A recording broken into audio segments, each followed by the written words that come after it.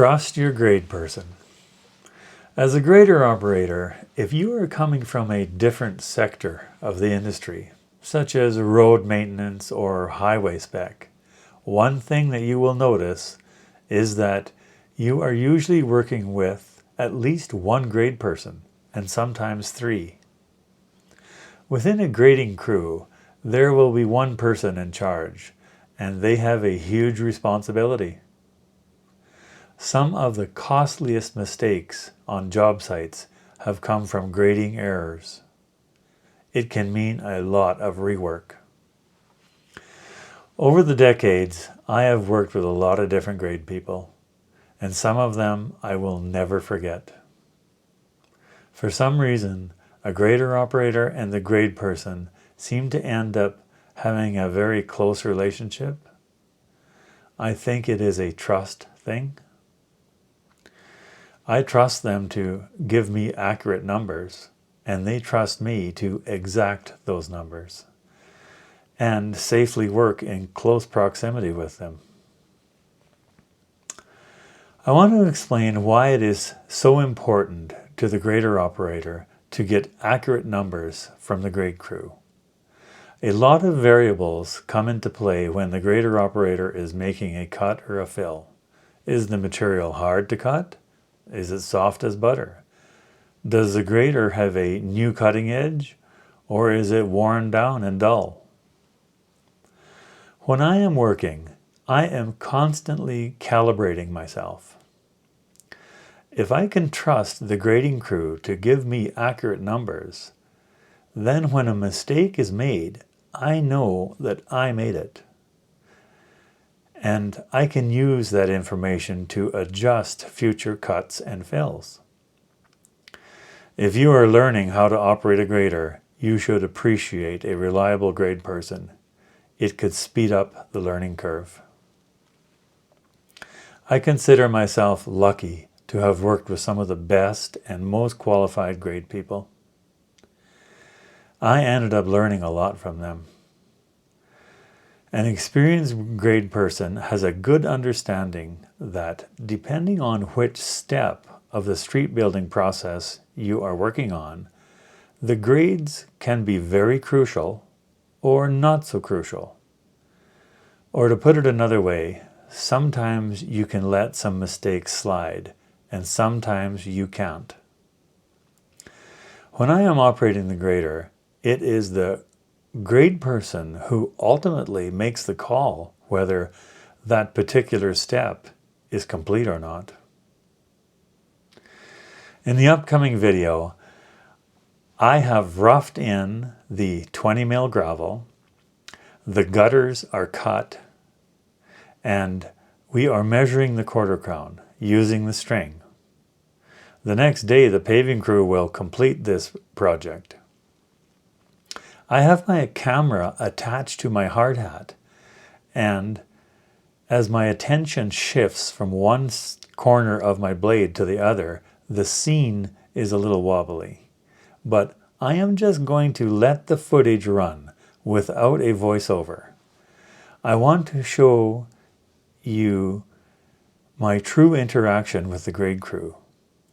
Keep in mind that we are wearing two-way radios.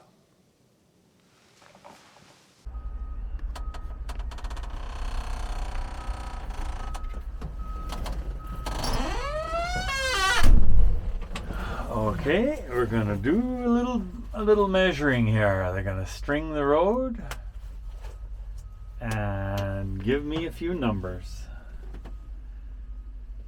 We're just starting on it here.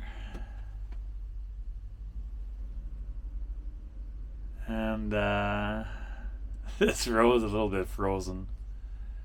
It was down to -6 last night. And this road is a little bit frozen. The gravel's frozen. But we'll make her happen.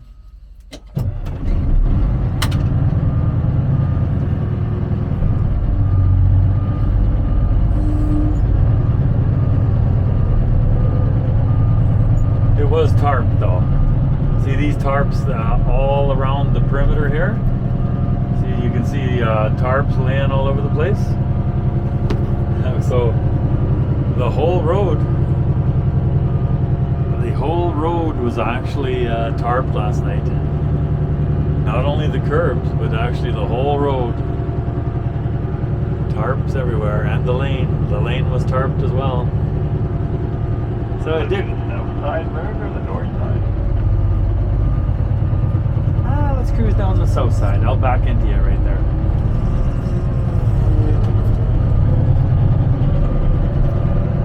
Or back close to you, I should say. No, if you want to run me over, that's okay.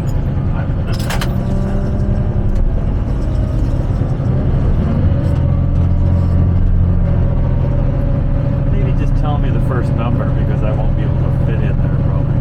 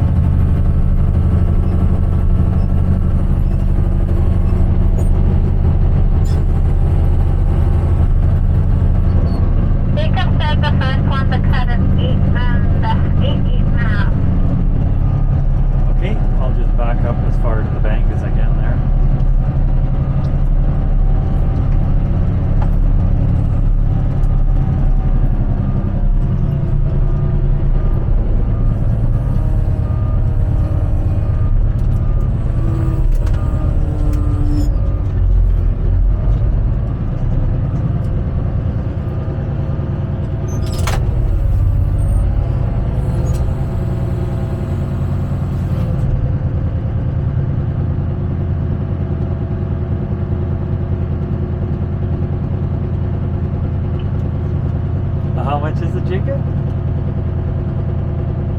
Cut 7. Okay, thank you.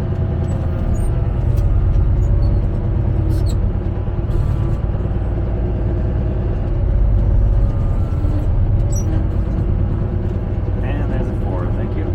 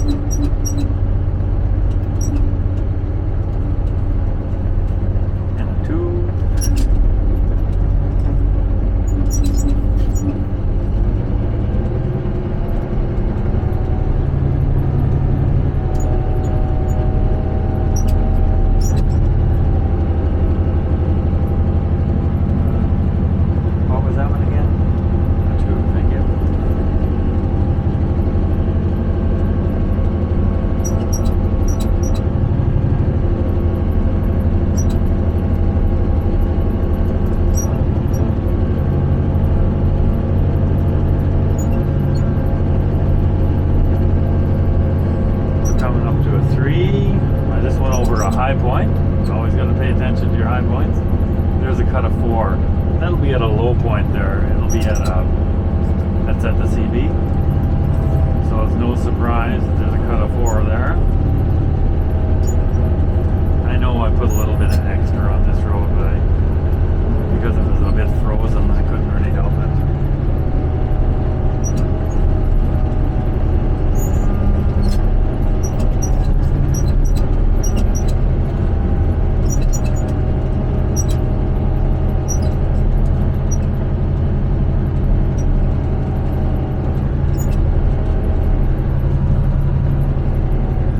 Hello, Jesse. Hello, Jesse.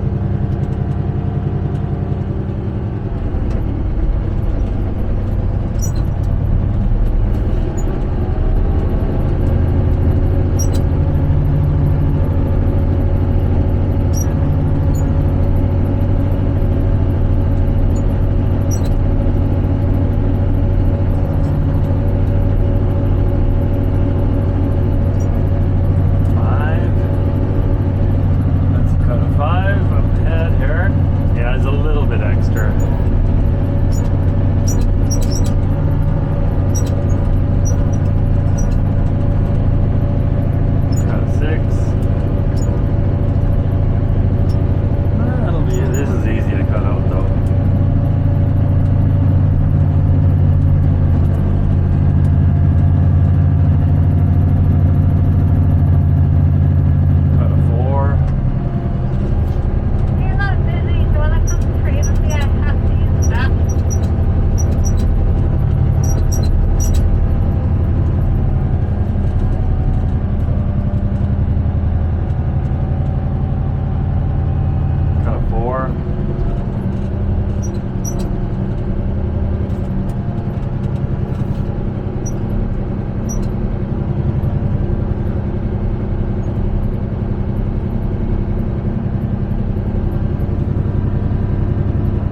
4. Again, pay attention to how the road is designed. There's a real, keep track. If you keep track of how the road is designed, you can. It really helps to remember where to pull up, kind of. And I know that right now I'm at a real low point, and then around this radius it climbs real fast. There's a cut of 5 after the radius, though. Yeah, it just on this radius, it climbs really fast.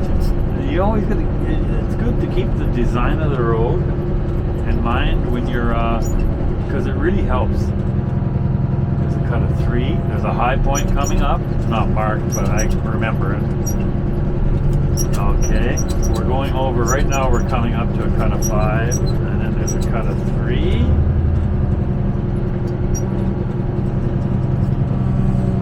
Cut of 2.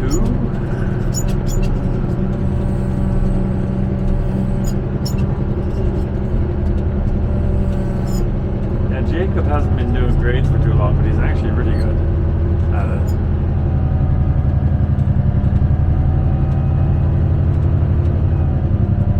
Cut of 3.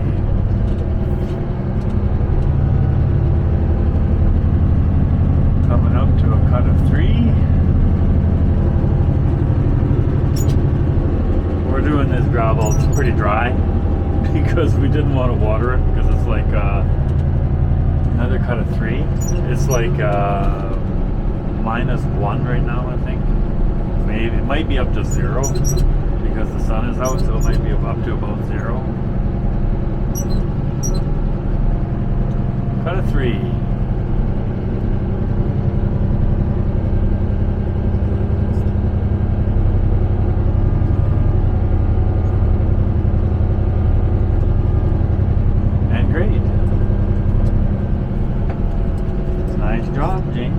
Great there.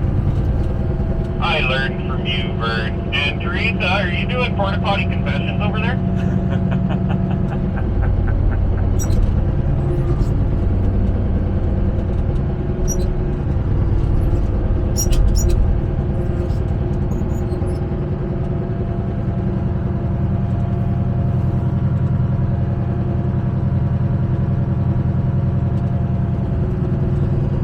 She was drawing pictures in there.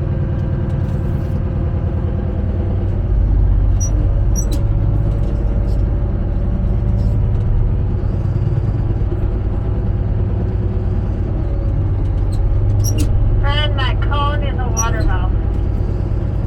Okay, thank you for that. Nice marking it, by the way.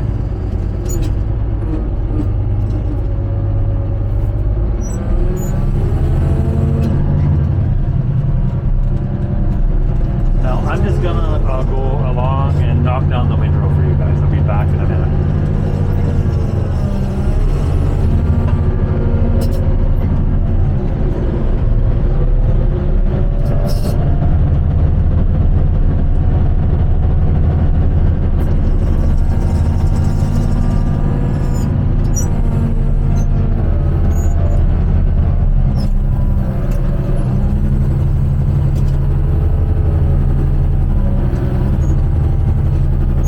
Yeah, there's a little bit of a windrow here, and because we're using the string, if there's a windrow there, it interrupts the string on your next pass. It interrupts the string, so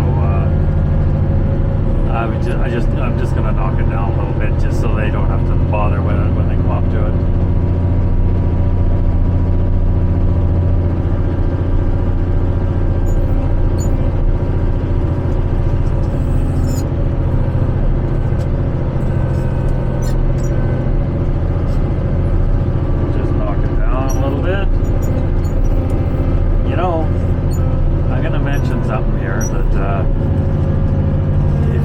Knocking down a little windrow like this, and it kind of doesn't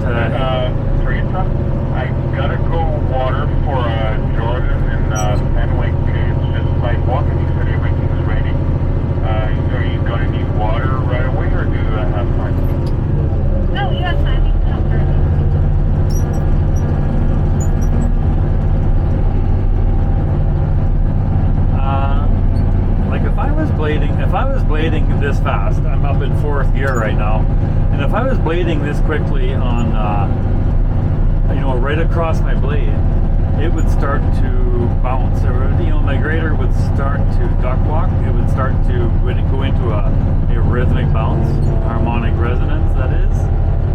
But because I'm only splashing it out on one side like that, you can actually do it quite fast, and it won't go into a bounce for you.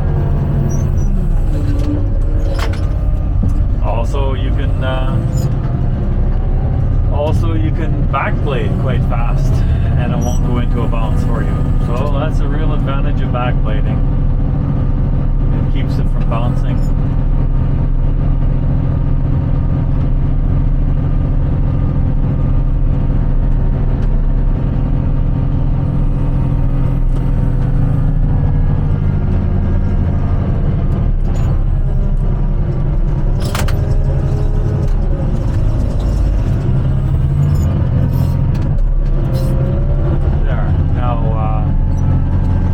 Knock down that windrow.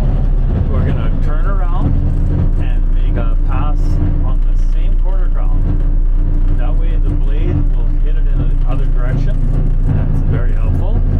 Hopefully by the time we nail it one more time, it should be pretty close to grade. Should be pretty close to grade one more time.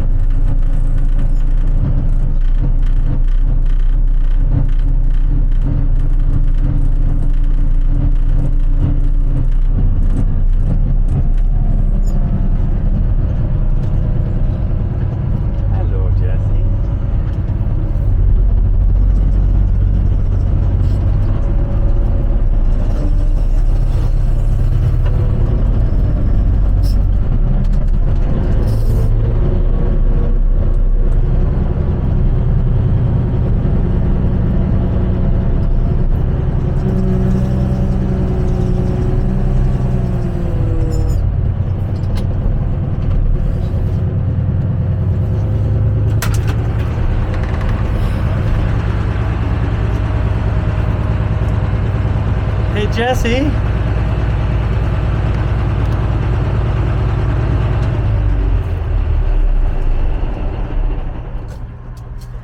Jesse? Hey Jesse, you look like Friar Tuck. Hey Jesse, as we're boning here, would you start collecting with the buggy? Because I know there's quite a bit of cut, so you can just start picking up my windrow, because it'll also help to the windrow won't interrupt the string, that way? Yeah, I will do that here early. Thank you, Jesse.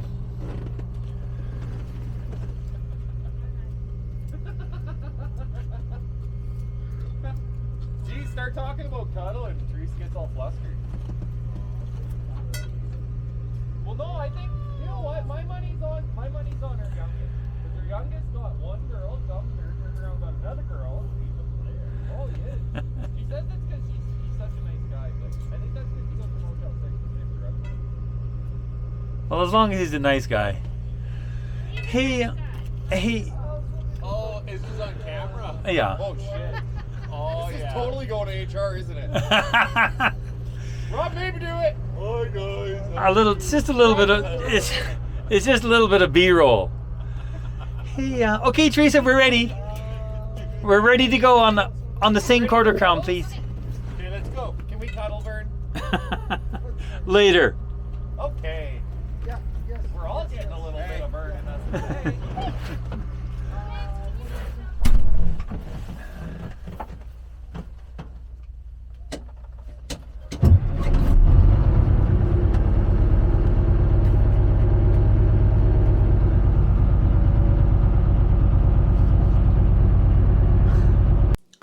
To create these videos, I am using footage that I shot on the job site last summer. If you find these videos helpful or interesting, please like and subscribe. If you have some input, please leave a comment below.